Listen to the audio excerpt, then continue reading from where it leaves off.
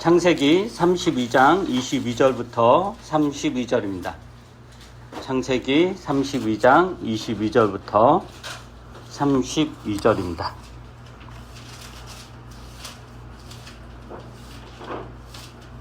제가 읽겠습니다.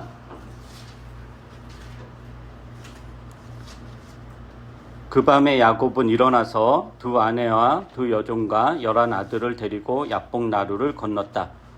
야곱은 이렇게 식구들을 인도하여 개울을 건너보내고 자기에게 딸린 모든 소유도 건너보내고 난 다음에 뒤에 홀로 남았는데 어떤 이가 나타나 야곱을 붙잡고 동이 틀 때까지 씨름을 하였다. 그는 도저히 야곱을 이길 수 없다는 것을 알고서 야곱의 엉덩이뼈를 쳤다. 야곱은 그와 씨름을 하다가 엉덩이뼈를 다쳤다. 그가 날이 새려고 하니 놓아달라고 하였지만 야곱은 자기에게 축복해 주지 않으면 보내지 않겠다고 떼를 썼다. 그가 야곱에게 물었다. 너의 이름이 무엇이냐? 야곱이 대답하였다. 야곱입니다. 그 사람이 말하였다. 네가 하나님과도 겨루어 이겼고 사람과도 겨루어 이겼으니 이제 네 이름은 야곱이 아니라 이스라엘이다. 야곱이 말하였다. 당신의 이름이 무엇인지 가르쳐 주십시오. 그러나 그는 어찌하여 나의 이름을 묻느냐 하면서 그 자리에서 야곱에게 축복하여 주었다. 야곱은 내가 하나님의 얼굴을 직접 뵙고도 목숨이 이렇게 붙어 있구나 하면서 그곳 이름을 브니엘이라고 하였다. 그가 브니엘을 지날 때에 해가 솟아올라서 그를 비추었다. 그는 엉덩이뼈가 어긋났으므로 절뚝거리며 걸었다. 밤에 나타난 그가 야곱의 엉덩이뼈에 힘줄을 쳤으므로 이스라엘 사람들은 오늘날까지 짐승의 엉덩이뼈에 큰 힘줄을 먹지 않는다.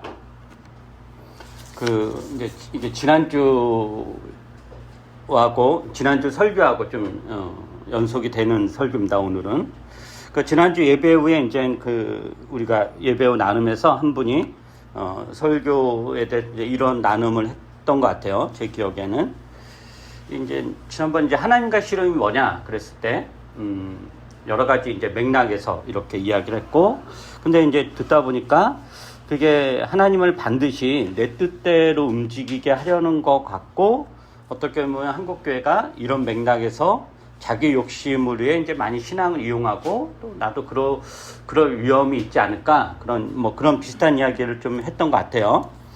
그래서 오늘은 그 부분에 대해서 이야기를 좀 더 하고, 하나님과의 씨름이 어떻게 가능하게 되었는지, 하나님과 씨름이라는 건 이제 은유적 표현이고 하나님과의 싸움이죠. 이게 어떻게 가능하게 되었는지를 이야기를 해보려고 합니다. 우선 이 하나님과의 싸움에서, 하나님과 씨름에서 핵심은 하나님이 이기느냐 내가 이기느냐에 있지 않습니다. 왜냐하면 우리가 지난번 그러니까 욥이라든가 예수님이라든가 야곱이라든가 모세라든가 아브라함 예를 통해서 하나님과 싸웠던, 하나님과 씨름을 했던 여러 가지 예를 이야기를 했잖아요. 그 하나님과 씨름에서 때로는 어떤 경우에는 하나님이 이기기도 하고 사람이 이기기도 합니다. 그러니까 지난번 설교에서 하나님과 야곱, 하나님과 욥, 하나님과 아브라함, 하나님과 모세, 하나님과 예수께서 벌인 싸움, 그 씨름을 살펴봤는데, 여기서 때로는 하나님이 이긴 경우도 있고, 그죠? 사람이 이긴 경우도 있습니다. 오늘 본문에서 야곱과의 씨름에서는 하나님이 지고 야곱이 이기죠. 그런데 아브라함과 씨름에서는 소돔을 놓고 하나님과 아브라함 싸움을 하잖아요. 그 싸움에서는 하나님이 이기고 아브라함이 집니다. 또 욥과의 씨름에서는 욥이 지고 하나님이 이기죠. 모세와의 씨름에서는 모세가 이기고 하나님이 집니다. 예수님과 하나님과 씨름에서는 하나님이 이기고 예수님이 지죠.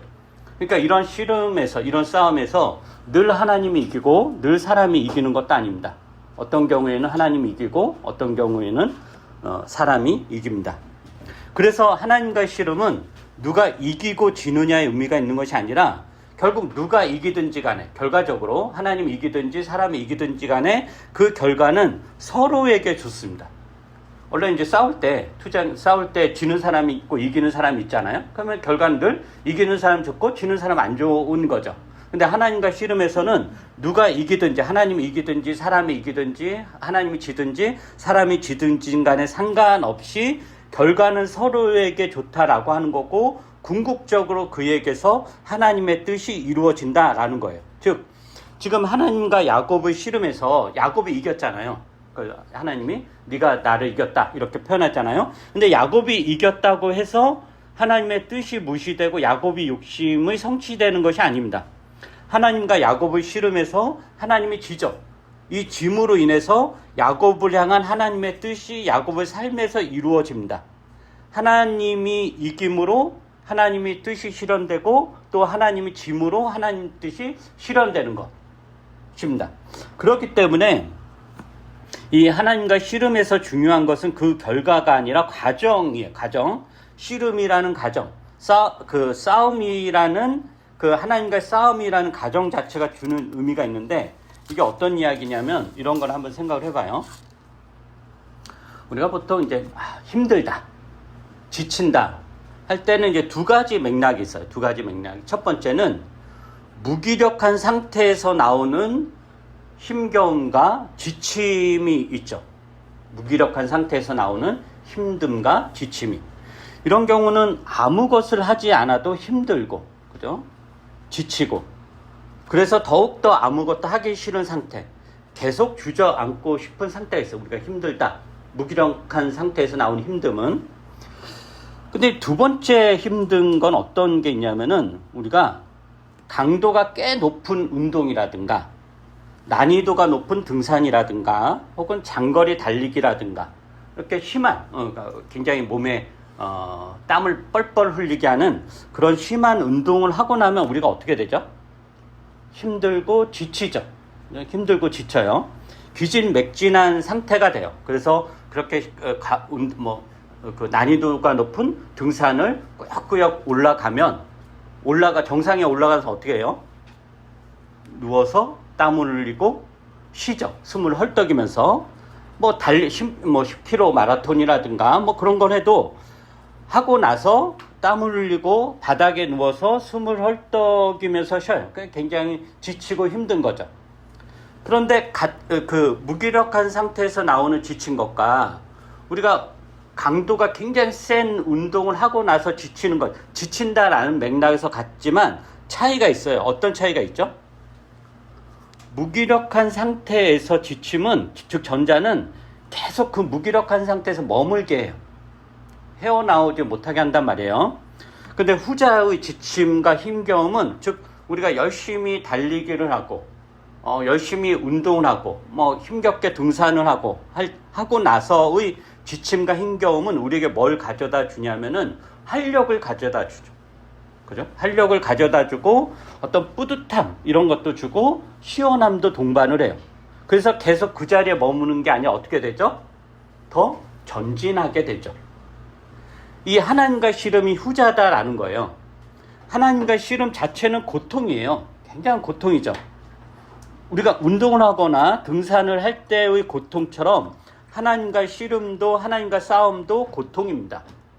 하나님과 씨름을 한 욥의 고통이라든가 또 땀이 피가 되도록 기도를 한 예수님의 고통이라든가 또 자기 민족의 절멸을 앞두고 멸망을 앞두고 하나님과 씨름을 해야 했던 모세의 고통이라든가 또 복을 반드시 받아야 되겠다라는 일념으로 엉덩이뼈를 다치면서까지 하나님과 씨름을 했던 야곱의 고통이라든가 이게 말로 닿아서 큰 고통인 거죠. 그죠? 근데 중요한 것은 뭐냐면은 이 싸움에서 이기든지 지든지 상관없이 이 과정을 겪고 나서는 무기력함이 아니라 오히려 활력을 찾게 되고 자신이 해야 될 일을 어엿하게 할 수 있는 등의 에너지가 생깁니다. 야곱을 보세요. 오늘 본문에서도 그 영화의 한 장면 같잖아요. 하나님과의 씨름을 끝낸 후에 해가 떠오르죠. 그리고 떠오르는 해를 맞이하며 그 야곱이 주저앉는 게 아니라 절뚝거리면서 뭐예요? 에서를 만나러 가죠. 에서를. 그죠? 예수님이 땀이 피가 되도록 기도를 하고 나서 예수님이 나는 십자가를 지기 싫다. 그걸 위해서 기도를 하고 나서 그러나 하나님의 뜻은 십자가의 죽음이었고 그것을 받아들이고 나서 예수님이 주저앉는 게 아니라 어떻게 해요? 졸고 있는 제자들에게 자 일어나서 가자 라고 한단 말이에요. 그 길을 간다라고 하는 거죠.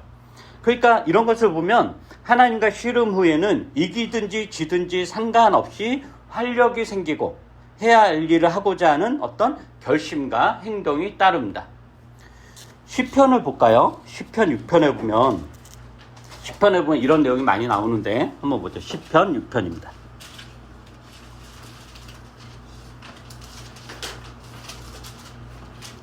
시편 6편. 제가 읽어보겠습니다. 주님, 분노하며 나를 책망하지 마십시오. 진노하며 나를 꾸짖지 마십시오. 주님, 내 기력이 쇠하였으니 내게 은혜를 베풀어 주십시오. 내 뼈가 마디마다 떨립니다. 주님, 나를 고쳐주십시오. 내 마음은 걷잡을 수 없이 떨립니다. 주님께서는 언제까지 지체하시렵니까?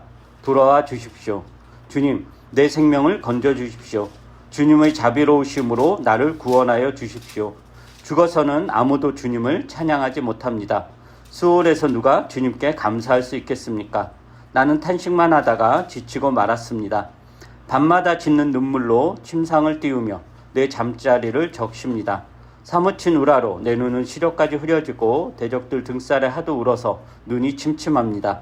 악한 일을 하는 자들아, 모두 다 내게서 물러가거라.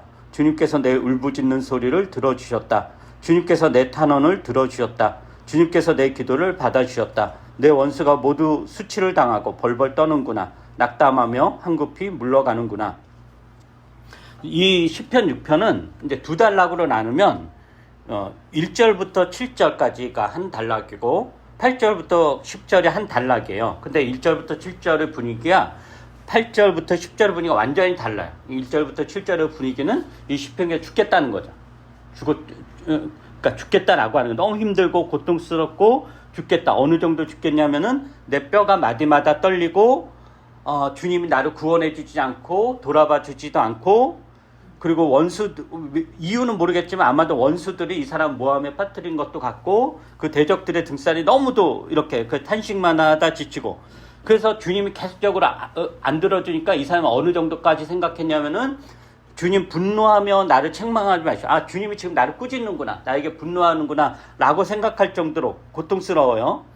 그러면 이제 8절부터 10절 완전히 분위기가 달라요. 그러려면은 7절과 8절 사이에 어떤 변화가 있어야 되잖아요. 이 사람이 회복이 된다던가, 뭐, 원수들이 다 없어진다거나 해야 되는데 그런 회복 없이 갑자기 8절부터 10절에서 분위기가 확 역전이 돼서 그 전까지는 막 힘이 없고 죽겠다 하는데 8절부터 10절은 굉장히 용기를 가지고 힘이 생기고 전진하는 그런 모습이 보인다 라고 하는 거예요. 분위기가 갑자기 반전된다. 그러니까 이전까지 죽을 것처럼 매달리다가 8절에서 갑자기 원수들을 향해 대응해요. 근데 이게 상황이 바뀐 게 아니다라는 거예요. 무슨 시편 기자의 억울함이 풀린 것도 아니고 병든 몸이 나은 것도 아니에요. 여전히 상황은 똑같은데 시편 기자는 힘을 얻고 당당하게 앞서 나갑니다. 그 이유가 무엇이냐? 하나님과 씨름을 한 결과입니다. 그러니까 하나님과 씨름은 그 결과와 상관없이 우리에게 힘을 주고 활력을 주며 에너지를 줍니다. 상황이 여전히 어두워도 그 어두움에 휘말리거나 잠식당하지 않고 가야 할 길을 어엿하게 갑니다. 그러므로 하나님과 씨름을 멈추지 말아야 됩니다. 하나님과 씨름은 여러분을 활력 있게 하고 세상을 살아갈 힘을 줍니다. 자, 그 다음에 이제 살펴볼 건 뭐냐면 이거예요. 그럼 어떻게 하나님과 씨름이 이제 가능한가라는 거예요. 우리가 전통적으로 하나님은 어떤 분이냐? 전지전능하신 분, 영원불멸하신 분. 그 하나님 인간과 씨름을 한다는 게 말이 되는가? 하나님 씨름이 아니 그냥 이렇게 손가락 탁만 해도 인간이 먼지로 변해 그런 정도의 그 막강한 차이인데 하나님과 씨름을 한다 이게 가능한 건가? 이게 말이 되는가라는 거예요. 이 가능한 이유가 뭔가를 이제 이야기를 해보려고 그래요. 전통적으로 우리는 하나님이 전능하다라고 하잖아요. 하나님 전능하신 분, 전능하신 하나님 이렇게 고백을 하죠. 근데 전통적으로 이 하나님의 전능성을 어떻게 이야기하냐면은 변하지 않는 하나님으로 이야기해요. 변하지 않는 하나님. 그러니까 하나님이 전능하다라는 거는 하나님이 변하지 않는다는 거죠. 변하지 않는다는 건 뭐냐면 하나님이 한번 뜻을 세웠어요. 그러면 그 하나님의 전능하심을 어떻게 나타내야 되냐? 그 한 번 뜻이 세운 게 끝까지 이루어져야 되는 거예요. 그러니까 하나님 변하지 않아야 되는 거죠. 그래서 하나님의 하나님다우심을 어떤 경우나 상황에도 변하지 않는 하나님에서 찾아요. 그리고 이 변하지 않는 하나님이라는 것은 다른 말로 하면 하나님은 그 어떤 것에도 영향을 받지 않으시는 분이다라는 거죠. 즉 하나님이 전능하다라는 것은 그 어떤 것에도 영향받지 않아야 된다라는 것을 의미해요. 그러나 하나님은 정말로 변하지 않을까라는 거죠. 정말로 변하지 않으시는 분인가? 그렇지 않다라는 거예요. 그 성경이 증언하는 하나님은 변하는 하나님입니다. 이게 어떤 의미인지 좀 보도록 할게요. 사실 우리 그 창세기 1장, 2장 설교할 때 이미 많이 나왔던 내용이고, 그리고 특히 오늘 지금부터 하는 이야기는 요즘 읽고 있는 책에서도 되게 굉장히 풍성하게 나오는 책이에요. 그 책도 약간 인용할 텐데, 우선 하나님께서 천지를 창조하셨죠. 하늘과 땅과 그 가운데 거하는 모든 것을 창조하셨어요. 우리는 이제 하나님이 세상을 창조하셨다라고 그랬을 때 그것을 어떻게 생각하냐, 보통은 하나님의 능력이 얼마나 대단한지, 하나님이 얼마나 위대하신지, 하나님이 얼마나 놀라우신지라는 관점에서 세상의 창조를 봐요. 그러니까 창조는 뭐냐? 하나님의 능력의 무한한 펼침으로 본다라는 거예요. 근데 이 말이 틀리진 않아요. 왜냐하면 성경 시편이라든가 이런 데서 하나님의 창조 세계를 통해서 하나님의 능력을 찬양하고 또 보이지 않는 하나님의 능력을 피조 세계를 통해서도 이제 노래를 해요. 그런데 또 한편으로는 하나님의 창조는 무한한 능력의 펼침이 아니라 오히려 반대로 하나님의 자기 제한이기도 해요. 하나님의 자기 제한. 이게 무슨 말이냐면은 우리가 어떤 물건을 만들 때 물건을 만드는 이유는 뭐죠? 그렇죠. 쓰려고 만들죠. 근데 뭔가 쓰려고 만든다는 거는 그것을 써야 될 만한 나의 상황이 있는 거죠. 그 나의 상황이 뭐냐면은 결핍이에요. 부족함이나 결핍. 예를 들면 우리가 사자처럼 달리지 못하잖아요. 그것도 결핍이죠. 그래서 그 결핍을 채우려고 뭘 만들어요? 자동차를 만드는 거죠. 그러니까 쉽게 예를 들면 그러니까 뭐든지 우리가 뭘 만든다고 할 때 물건이든지 뭐든지 만든다는 거는 나의 어떤 부족함을 채우려고, 결핍을 채우려고 이렇게 만든 거다라는 거예요. 그러면은 하나님께서 세상을 창조하셨는데 세상을 창조하신 이유가 뭐냐? 당신의 어떤 결핍이나 부족함이 있어서 결핍이나 부족함을 채우려고 세상을 창조하셨는가? 라는 거죠. 그렇지 않죠. 왜냐하면 하나님은, 우리가 고백하는 하나님은 그 어떤 결핍도 그 어떤 부족함도 없는 하나님이라고 믿잖아요. 근데 이제 가끔 어떤 사람들은 이제 하나님 왜 세상을 창조하셨냐 이렇게 이제 물어보면은, 그런 이제 전통적인 신앙에서는 하나님이 세상을 창조하신 거는 사람들로 하여금 당신이 찬양을 받으려고, 그래서 그러니까 사람의 존재 이유를 하나님을 찬양하기 위해서 우리는 태어난 줄이 뭐 이렇게도 이야기하잖아요. 근데 그게 말이 되게 그럴듯한 신앙 고백 같지만은 굉장히 심각한 어떤 위험한, 그러니까 심각한 결함이 있는데, 하나님이 찬양을 받으려고 세상을 창조했다라고 하면은 하나님에게 뭐가 있는 거예요? 찬양을 받아야 될 결핍이 있는 거예요. 부족함이 있는 거란 말이에요. 근데 보통 사람들은 그렇죠. 정치 지도자라든가 이런 사람들이 막 자기를 드러내고 자기가 얼마나 대단한가를 이렇게 해서 사람들이 다 어떻게 해요? 찬양을 하죠. 히틀러나 특히 이제 독재자들이 그렇잖아요. 근데 이제 그거는 자기의 결핍과 부족함을 메꾸고 그래서 이제 채워주려고 하는 거잖아요. 근데 하나님이 세상을 그렇게 창조하지 않았다라는 거예요. 즉, 찬양받기 위해서 세상을 창조하지 않았어요. 하나님 뭐가 부족해가지고 찬양이 필요하겠어요? 아무 찬양이 필요 없어요. 그러면 하나님이 왜 창조하셨느냐? 창조하신 단 하나의 이유는 뭐냐면은 사귐이에요. 사랑. 우리가 믿는 하나님은 삼위일체 하나님이죠. 그죠? 삼위일체 하나님은 성부, 성자, 성령 삼위 하나님이 영원 전부터 어떤 관계로 있으셨어요? 사랑의 관계, 사귐의 관계로 있으셨어요. 그래서 우리가 이제 하나님이 공동체적 관계로 존재하신다라고 고백을 해요. 그리고 그 관계는 그 어떤 부족함이나 결핍이 없었단 말이에요. 전혀 없었단 말이에요. 즉 하나님께서는 세상을 창조해서 당신의 결핍이나 부족함을 채워야 될 것이 없었다라는 거죠. 그런데 하나님께서 세상을 창조하셨다라는 거예요. 그건 당신의 결핍과 부족함을 채우려고 하시는 것이 아니라 삼위 하나님의 사랑과 사귐이 넘쳐서 세상을 창조하고 그 세상과 사랑의 관계를 맺기로 작정하신 거예요. 그게 이제 창조예요. 쉽게 예를 들면 이런 거죠.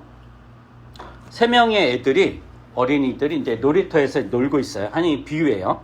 3명이서 노는데 완벽한 조화를 이루며 즐겁게 놀고 있습니다. 셋이서 너무 이제 쿵짝이 잘 맞고 너무 이제 즐겁게 놀고 있는 거예요. 그래서 오히려 여기에 다른 한 명이 끼면 균형이 깨지거나 방해가 됩니다. 그리고 이 3명의 아이들은 자기들끼리 노는 게 너무도 충분하고 만족스럽기 때문에 누가 더 필요하거나 그러지 않아요. 그런데 이 3명의 아이들이 자기들끼리 노는 게 너무 즐겁고 너무 행복하고 너무 사랑스럽고 너무 좋으니까 이 사랑을 누구도 같이 누렸으면 좋겠다라는 마음이 생긴 거예요. 그건 결핍이 아니라 넘친 거죠. 그 생겨서 저기에서 놀고 있는 다른 아이 한 명을 자기들의 놀이에 초청을 해요. 그래서 이제 3명이 놀던 놀이가 한 명이 더 껴서 4명이 되게 되죠. 그죠? 4명이서 노는 거예요. 너무 쉽게 설명하죠? 그렇게 해서 어떻게 돼요? 3명이서 너무 완벽하게 놀다가 한 명이 이제 초청받아가지고 거기 낀 거예요. 그 다음에 어떤 일이 벌어질까요? 더 즐겁나요? 아니에요. 번거로운 일이 발생해요. 왜냐하면 3명이서 놀던 놀이의 규칙이 변경되어야 되죠. 그리고 새로운 들어온 친구에게 규칙을 설명해야 되고, 그리고 새로 들어왔으니까 그 규칙을 잘 못 알아듣기도 하고, 그래서 하다가 계속 게임의 룰이 깨지기도 하고 지체가 되기도 한단 말이에요.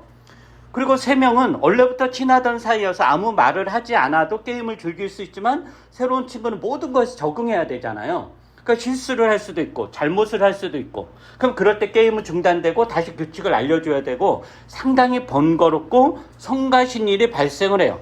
그래서 이제 새로운 아이가 그럴 수 있죠. 나 이 게임 못하겠다, 나 안 할래, 이렇게 화를 낼 수도 있고 혹은 삐질 수도 있고. 그럼 또 3명 아이가 어떻게 해야 돼요? 달래줘야 되고 신경을 써줘야 되고.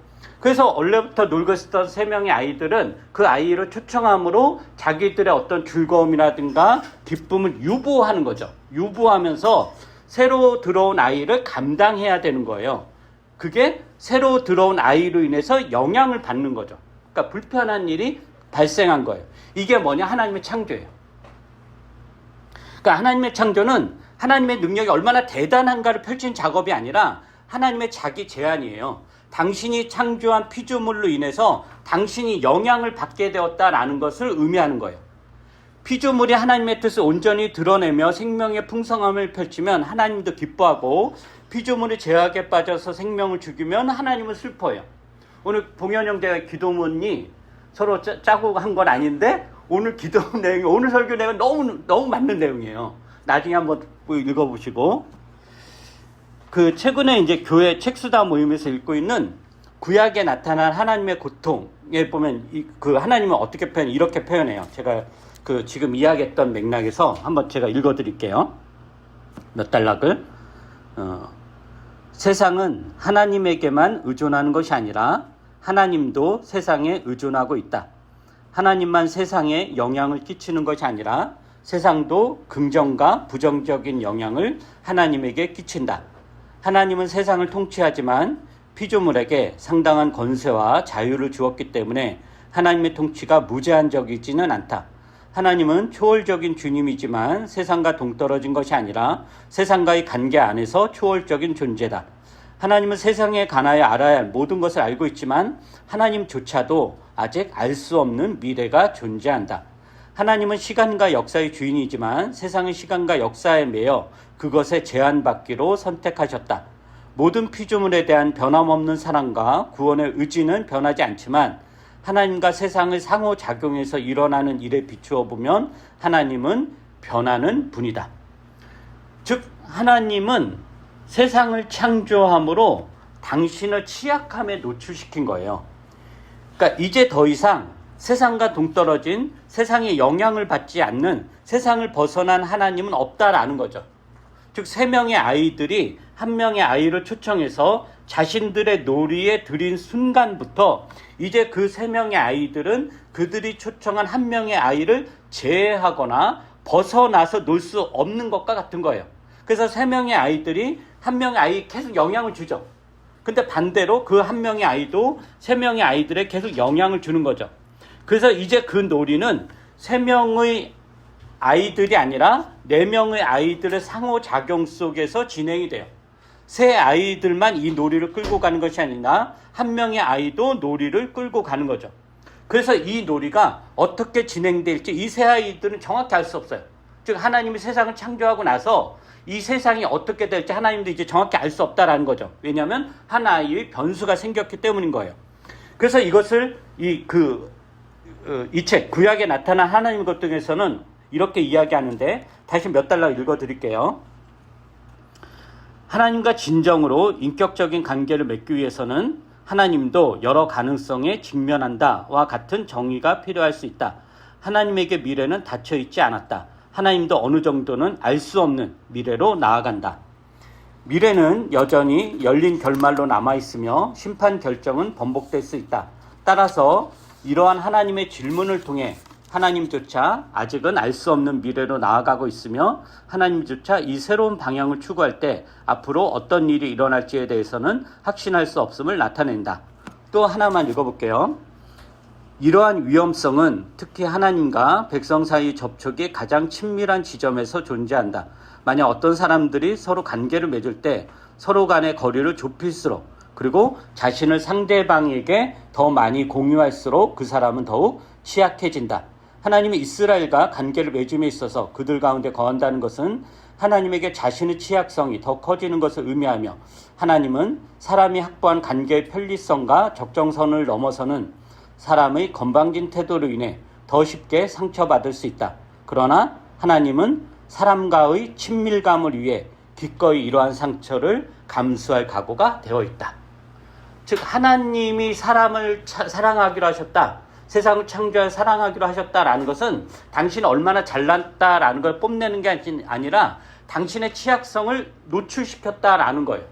그래서 사랑하면 사랑할수록 더 친밀해지면 친밀해질수록 위험도는 훨씬 더 높아지는 거죠. 우리 인간관계도 그렇잖아요. 사랑하면 할수록 헤어지면 더 고통스럽겠죠.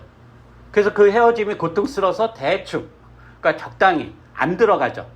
그러니까 대충 이용만 해먹고 그냥 끝내잖아요. 왜냐면 내가 상처받지 않아야 되니까. 그러니까 사랑한다는 건 상처다라는 거예요. 이게 하나님이 세상을 창조하신 거다라는 거죠.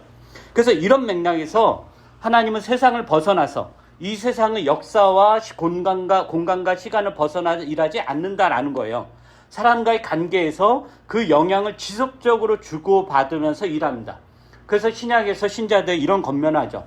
성령을 슬프게 하지 말라. 성령을 소멸치 말라. 이런 권면을 하는 거예요. 즉 하나님이 인간으로 인해 슬퍼할 수 있다라는 것. 하나님이 인간으로 인해서 설 자리를 잃어갈 수 있다라는 것. 이것이야말로 하나님의 취약성입니다. 그리고 하나님이 이렇게 당신을 취약함에 노출시킨 이유는 사랑 때문이에요. 왜냐하면 사랑은 강제적으로 하는 게 아니잖아요. 우리가 누군가를 사랑하는 것과 누군가에게 집착하는 거는 표면적으로 같죠. 표면적으로 계속 그 사람 생각에만 머리가 있는 거잖아요. 근데 사랑과 집착은 엄연히 다르죠. 집착은 굉장히 강제적이고 폭력적이고 억압적인 거죠. 근데 하나님께서는 사랑을 그렇게 하시지 않는다, 강제적으로 하지 않는다라는 거예요. 즉 당신의 능력을 가지고 억압하고 폭력을 행사하여 그래서 사람들이 겁에 질려서 고개를 숙이고 항복을 받아내는 식으로 어떤 순종을 받아낼 수 있었겠지만 그거는 사랑이 아닌 거죠. 즉 하나님 그렇게 하실 수 있지만 그렇게 하지 않기로 작정하셨고 그 작정에 당신 스스로 얽어매신 거예요. 얽어매셨다. 물론 그 하나님의 취약성은 하나님의 무능력은 결코 아니에요. 하나님은 전능하신 분이며 당신의 뜻을 이루어내십니다. 근데 그 방식은 뭐냐? 사랑이다라는 거죠. 우리가 지난주에 그 매일 성경 읽기에서 고린도전서를 지금 읽었잖아요. 고린도전서 13장이 사랑에 관한 건데 한번 볼까요? 고린도전서 13장. 고린도전서 13장 우리 4절부터 7절입니다. 고린도전서 13장 4절부터 7절. 우리 현우 형제 한번 읽어줘볼래요? 낭낭한 목소리로. 네. 네. 4절부터 7절 한번 읽어주세요. 네. 말을 합니다. 방언으로 말하는. 아니 4절. 어디? 13장. 고린도전서 13장. 네, 여기 있구나. 4절부터 7절. 내가 내 모든 소유로 요한이구나. 사랑은 오래 참고 친절합니다. 사랑은 시기하지 않으며 뽐내지 않으며 교만하지 않습니다. 사랑은 무례하지 않으며 자기의 이익을 구원하지 않으며 성을 내지 않으며 원한을 품지 않습니다. 사랑은 불의에 기뻐하지 않으며 진리와 함께 기뻐합니다. 사랑은 모든 것을 덮어주며 모든 것을 믿으며 모든 것을 바라며 모든 것을 견딥니다. 이게 그 사람 간의 사랑에 관한 이야기죠. 그죠? 사도 바울이 고린도 교인들에게 보내는 편지. 그러니까 신자들이 너희가 서로를 대할 때 이렇게 사랑으로 대하라 라는 거예요. 근데 이게 한편으론 하나님이 우리에게 그렇게 한다는 것이죠. 우리가 하나님의 사랑이시다. 사랑이 하나님이라고 고백하잖아요. 그러면 하나님에게 사랑은 지금 여기에서 이야기한 사랑과 다른 게 아니잖아요. 그죠? 그러니까 하나님께서 우리를 사랑하시는데 어떻게 사랑하시느냐? 지금 고린도전서 13장 4절부터 7절에 읽었던 이 사랑의 내용으로 우리를 사랑하신다라는 거죠. 그래서 사랑은 뭐냐면 취약함의 방식입니다. 참아야 되고 친절해야 되고 이런 거. 그런데 이 방식으로 하나님은 당신의 일을 기필코 이루어내신다. 그의 백성 끝까지 포기하지 않으며 이끌어 가신다. 이게 하나님의 전능성입니다. 내가 얼마나 힘이 세는지 아느냐. 이게 하나님의 전능성이 아니라 당신을 취약함의 방식에 노출시키시고 그리고 사랑의 방식으로 끝까지 그의 백성을 이끌어 가시는 것. 책임을 지시는 것. 이게 하나님의 전능성입니다. 여기에 바로 하나님과 씨름이 가능한 이유가 있습니다. 이 씨름은 고통스러운 것이지만 사랑 때문에 가능한 일입니다. 누가 이기고 지느냐는 전혀 중요하지 않습니다. 승패와 상관없이 이 씨름으로 인해 하나님도 변할 것이고 나도 변할 것입니다. 나의 개입으로, 나의 사랑으로, 나의 요청으로 하나님은 변할 것입니다. 또한 하나님의 개입으로, 하나님의 사랑으로, 하나님의 요청으로 나는 변할 것입니다. 그래서 우리는 하나님과 씨름을 합니다. 기도하겠습니다. 거룩하신 우리 주 하나님, 하나님은 이 세상에 오셔서 우리에게 말을 걸어오시고 우리의 손을 잡으시며 우리와 함께하기로 작정하셨습니다. 우리를 조종하고 우리를 기계처럼 다루는 것이 아니라 인격적으로 다루어 가시며 우리를 살피시며 우리와 의논하시며 우리의 삶을 만들어 가십니다. 이게 때로는 즐거운 길이기도 하지만 때로는 투쟁과 고통이 동반되는 싸움이기도 합니다. 우리가 이 싸움을 피하지 않도록 해 주시옵소서. 우리가 몸이 건강하려면 힘겨운 운동을 해야 되듯이 우리의 영이, 우리의 신앙이 건강하려면 이 하나님과 씨름이 필수적임을 다시 한번 기억할 수 있게 해 주시옵소서. 그래서 주저앉지 말게 해 주시고 어떤 방식으로든지 기도이든지 또 어떤 종교적 실천이든지 간에 상관없이 이 하나님과 씨름을 놓지 않게 해주시고 이 씨름이 우리를 만들어갈 수 있도록 은혜를 베풀어 주시옵소서. 감사드리며 예수님 이름으로 기도합니다. 아멘.